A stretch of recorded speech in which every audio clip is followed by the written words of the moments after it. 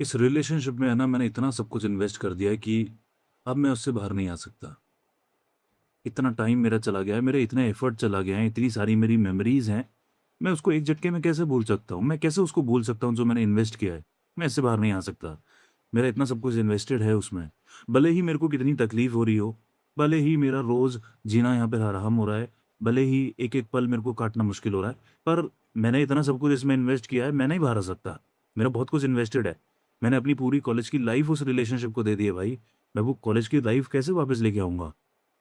सबसे बड़ा कारण है ये कि हम आगे नहीं बढ़ पाते उन चीज़ों से, जो चीज़ें हमें परेशान कर रही होती है। जिस चीज़ में हमें रहने में मुश्किल हो रही है, एक-एक पल काटना मुश्किल हो रहा है, उस चीज़ से हम सिर्फ़ इसलिए बाहर नहीं आ पाते, क्योंकि मैंने ऑलरेडी इसमें इतना इन्वेस्ट कर दिया है,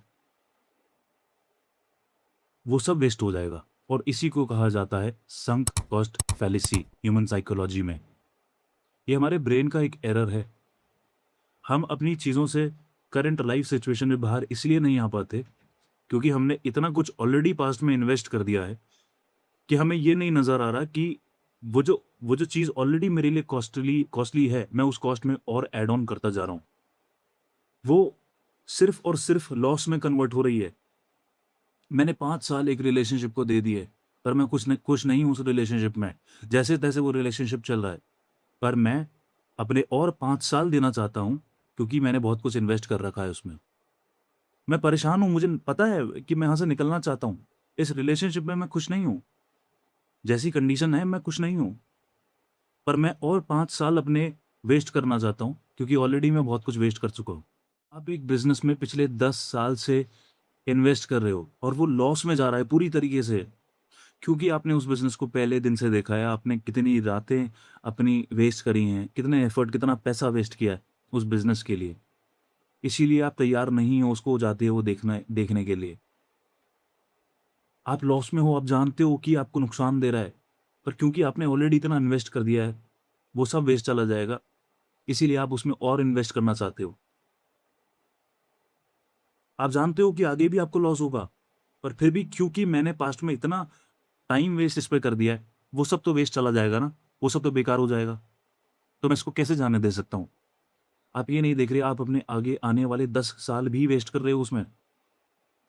मैंने कई लोग देखे हैं टॉक्सिक रिलेशनशिप में हैं, बाहर आना चाहते हैं, नहीं हैं खुश अपने करंट पार्टनर के साथ, पर क्योंकि इतना टाइम स्पेंड कर दिया है, वो मेरे कॉलेज से साथ है, वो मेरे स्कूल से साथ है, मैं इसको कैसे छोड़ सकती हूँ या छोड़ सकता हूँ? ऑलरेडी इतना इन्वेस्ट कर दिया, मैं कैसे इसको छोड़ सकता हूँ? वो तो सब वेस्ट हो जाएगा ना। आप ये नहीं देख रहे, आपके जो 5 साल वेस्ट हो गए वो रिकवर नहीं हो सकते, वो पास्ट है, वो चला गया। आप अपने आगे आने वाले 5 साल भी या फिर आगे की लाइफ भी वेस्ट कर रहे हो, सिर्फ़ इस डिसीज़न की वजह से। अगर आपको आपकी ये जो करंट कंडीशन है ये दिखाई जाए और आपसे बोला जाए कि आपको हाँ या ना बोलना है कि आप इस कंडीशन में आना चाहते हो या नहीं आना चाहते। Let's say this is your first day, आपको कोई मौका दे रहा है कि देखो ये रही कंडीशन, ये रही सिचुएशन, क्या आप इस सिचुएशन में आना चाहोगे? हाँ या ना? जवाब कमेंट में दे देना मुझे। आपको करेक्ट डिसीज़न क्या लेना चाहिए? आपके लिए क्या सही डिसीज़न है इस समय? वो आपको इसी जवाब से मिल जाएगा। क्या आप इसी पर्सन को दोबारा चूज़ करना चाहोगे अगर आज ही मौका मिले? क्या इस टॉक्सिक रिलेशनशिप को आज अगर मौका मिले तो आज चूज़ करना चाहोगे? आना चाहोगे आज? आपको जवाब मिल जाएगा। तो अपने पास्ट की कॉस्ट के बेसिस पे अपने फ्यूचर के डिसीज़न मत लो। वो सिर्फ़ और सिर्फ़ आपके करंट लॉस में ऐड ऑन ही करेगा। 2 चीज़ें होती है, कंसिस्टेंसी और एक संक कॉस्ट। ये दोनों चीज़ें अलग हैं। अगर आप अपने ड्रीम्स को लेके कंसिस्टेंट हो, मल्टीपल बार फेल हो रहे हो, फेलियर देख रहे हो और आप गोल के लिए कंसिस्टेंट हो, दैट इज़ गुड, क्योंकि उसमें आप ग्रो कर रहे हो। अगर आपको दिख रहा है कि नहीं भाई फेल ज़रूर हो रहा हूँ, पर लेसन मिल रहा है, मैं ग्रो कर रहा हूँ, मैं सीख रहा हूँ, नई चीज़ें सीख रहा हूँ, तो दैट इज़ गुड। पर अगर आप देख रहे हो कि मैं ग्रो नहीं कर रहा, मैं रोज़ लेट्स से मेरे लिए रोज़ मुश्किल हो रहा है इस कंडीशन में रहना, मैं जितना जानता था उतना भी नहीं जानता हूँ, मैं डिग्रेड कर चुका हूँ। तो तुरंत आपको वहाँ से बाहर निकल जाना होगा। मेरी लाइफ़ में जितनी पीस थी, वो उतनी भी पीस नहीं बची है, वो पीस भी खत्म हो गई है। मैंने सोचा था कि इस पीस में ऐड ऑन होगा, पर ये पीस जितनी थी मेरे पास, जितनी मैं लेके आया था, उतनी भी नहीं है अब।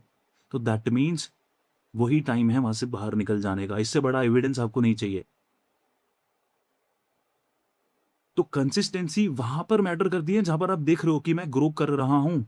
भले ही मेरे को सक्सेस नहीं मिली है, पर मैं देख रहा हूँ कि मैं ग्रो कर रहा हूँ, चीज़ें इंप्रूव हो रही हैं। आपको दिख रहा है कि आप डे बाय डे अपग्रेड होने की जगह डिग्रेड हो रहे हो, मतलब कि आप गिरते जा रहे हो। तो दैट मीन्स यहाँ पर आपको कंसिस्टेंसी नहीं दिखानी है, यहाँ पर आपको डिसीजन लेना है यहाँ से बाहर आने का। यही समय है डिसीजन लेने का। अदरवाइज इस कॉस्ट में आप और एड ऑन कर दोगे और ये लॉस में कन्वर्ट होगा ही होगा, ये आप भी जानते हो।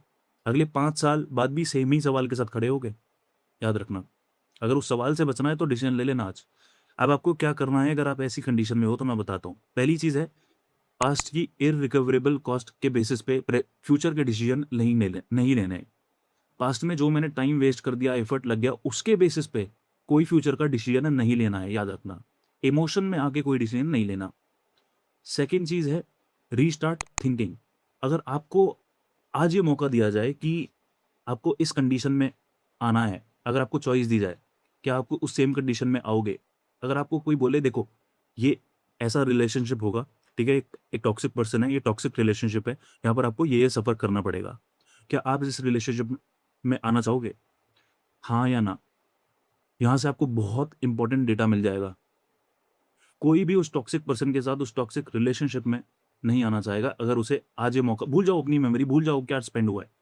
आज पहला दिन है, आज आपको डिसाइड करना है कि देखो ये वाला ये पर्सन है, ये रिलेशनशिप होगा, क्या आना चाहोगे? ये बिज़नेस होगा, इतना लॉस आपको यहाँ पर झेलना पड़ेगा, करना चाहोगे? हाँ या ना? यहाँ से आपको क्या डिसीजन लेना है पता लग जाएगा। थर्ड चीज़ है सेट एग्ज़िट क्राइटेरिया। उस चीज़ में घुसने से पहले ही एक क्राइटेरिया डिसाइड कर लो कि कब मैं एग्ज़िट ले लूँगा। मैं इस पर्सन के साथ रिलेशनशिप में आ रहा हूँ, पर अगर मेरी डिसरिस्पेक्ट हुई, तो मैं यहाँ से एग्ज़िट कर जाऊँगा, याद रखना। अगर मेरे को वैल्यू नहीं किया गया या मेरे को टाइम नहीं दिया गया या मेरे को चीट किया गया, तो मैं इस रिलेशनशिप से एग्ज़िट कर जाऊँगा। ये पहले से ही क्लियर रखो, ये क्राइटेरिया पहले से ही डिसाइड रखो, ये क्राइटेरिया पहले से ही सामने वाले को बता के रखो। देखो मैं सब कुछ करने के लिए तैयार हूँ, पर अगर मेरी डिसरिस्पेक्ट करी गई, तो मैं एग्ज़िट कर जाऊँगा। मेरा गोल है कि 1 साल में 10,000 फॉलोवर मुझे चाहिए। मैंने गोल सेट किया। 1 साल हो गया और 10,000 फॉलोवर नहीं हुए। पहले से ही क्राइटेरिया आपने डिसाइड कर लिया, 1 साल निकल गया, 10,000 फॉलोवर नहीं हुए। अब आपको स्ट्रैटेजी अपनी चेंज करनी ही पड़ेगी। 1 साल बाद आपको स्ट्रैटेजी चेंज करनी ही है। ये मेरा एग्ज़िट क्राइटेरिया था। 1 साल में अगर ये स्ट्रैटेजी काम नहीं करी, तो मैं निकल जाऊँगा, क्योंकि 10,000 फॉलोवर के लिए 1 साल बहुत बड़ा टाइम होता है। 1 महीने में आराम से 10,000 फॉलोवर हो जाते हैं अगर अच्छा कंटेंट डाल लो। तो स्ट्रॉन्ग सिग्नल है कि भाई 1 साल का मैंने टाइम लिया था। मैंने बोला था अगर 1 साल में ये परफ़ॉर्मेंस नहीं आई, तो मैं एग्ज़िट कर जाऊँगा। अब ये करेक्ट टाइम है अपनी स्ट्रैटेजी चेंज करने का। अब आपके ऊपर है, आप 1 साल बाद भी लग सकते हो, अगले 5 साल तक लगे रहो सेम स्ट्रैटेजी के साथ और 5 साल में भी आपके 10,000 फॉलोवर नहीं हुए। तो वो सिर्फ़ और सिर्फ़ जो कॉस्ट है ना, जो आपका टाइम वेस्ट हो रहा है, उसमें सिर्फ़ वो ऐड ऑन कर रहा है। आपको वो दे ही नहीं रहा जो आप चाहते थे। तो इसका मतलब यही वो टाइम है जहाँ पर आपको स्ट्रैटेजी चेंज करनी होगी। तो पहले से ही अपना एग्ज़िट क्राइटेरिया डिफ़ाइन करके रखो। अब फोर्थ और सबसे इम्पोर्टेंट चीज़ है एक्सटर्नल हेल्प। किसी एक्सटर्नल हेल्प के पास जाओ, किसी एक्सटर्नल पर्सन के पास जाओ, मतलब किसी फ्रेंड के पास, किसी तीसरे पर्सन के पास, जो कि उस रिलेशनशिप में या फिर उस चीज़ में, उस बिज़नेस में इन्वॉल्व्ड नहीं है। उसका पर्सपेक्टिव लेने की कोशिश करो। उसे अपनी प्रॉब्लम बताओ, उससे पूछो कि भाई मुझे क्या करना चाहिए इस सिचुएशन में? क्योंकि वो जो पर्सन होगा वो अपने लॉजिक्स के साथ डिसीजन लेगा, वो लॉजिक लगा के वो आपको बताएगा। अपना ओपिनियन वो लॉजिक लगा के बताएगा। क्योंकि आप इस वक़्त अपना लॉजिक नहीं लगा पा रहे, क्योंकि आप अभी इमोशनली बहुत ज़्यादा इन्वॉल्व्ड हो, इमोशनली बहुत ज़्यादा अटैच्ड हो। तो किसी मेंटर के पास जाओ, किसी फ्रेंड के पास जाओ, रिलेटिव के पास जाओ, किसी तीसरे इंसान के पास जाओ, उससे सिचुएशन बताओ और उससे पूछो कि मुझे क्या करना चाहिए? क्या मुझे इस रिलेशनशिप में रहना चाहिए? क्या मुझे इस बिज़नेस में और पैसा लगाना चाहिए? वो आपको सही तरह से गाइड कर पाएगा। अगर वो बहुत ज़्यादा एक्सपर्ट भी नहीं है, फिर भी उसका ओपिनियन बहुत ज़्यादा मैटर करेगा, क्योंकि वो लॉजिक लगा के आपको आंसर दे रहा है। वो इमोशन में बह के आंसर नहीं दे रहा। जो सही है, वो ही आपको वो बता रहा है। तो इसलिए किसी सेफ पर्सन के पास जाओ। सेफ पर्सन ऐसा पर्सन होता है जो कि आपको जज नहीं करता किसी चीज़ के लिए, ठीक है? जो कि बायस्ड नहीं होता बेसिकली। तो ऐसे पर्सन के पास जाओ। ये 4 चीज़ों को हमेशा ध्यान रखना अगर आप करंट ऐसी सिचुएशन में हो, ठीक है? अगर आपकी करंट सिचुएशन ऐसी है, जहाँ पर आप पास्ट के बेसिस पे पास्ट में बहुत ज़्यादा इन्वेस्ट कर दिया है, इसीलिए आप डिसीज़न ले रहे हो अपने प्रेज़ेंट के और फ्यूचर के, तो इस बात को ध्यान रखना। ये एक ह्यूमन साइकोलॉजी का कॉन्सेप्ट है। मैं और भी कई सारे ह्यूमन साइकोलॉजी के कॉन्सेप्ट ऑलरेडी कवर कर चुका हूँ। उनको जाके देख लेना नहीं देखा तो। और आने वाले समय में भी इस प्लेलिस्ट में और भी कई सारे ह्यूमन साइकोलॉजी के कॉन्सेप्ट ऐड ऑन होने वाले हैं, तो आप उसको मिस ना कर दो, इसलिए चैनल को सब्सक्राइब कर लेना और यूट्यूब पर चैनल को सब्सक्राइब कर लेना और इंस्टाग्राम पे जाके मेरे साथ कनेक्ट कर लेना। अगर कोई भी डाउट आ रहा है तो ख्याल रखो अपना।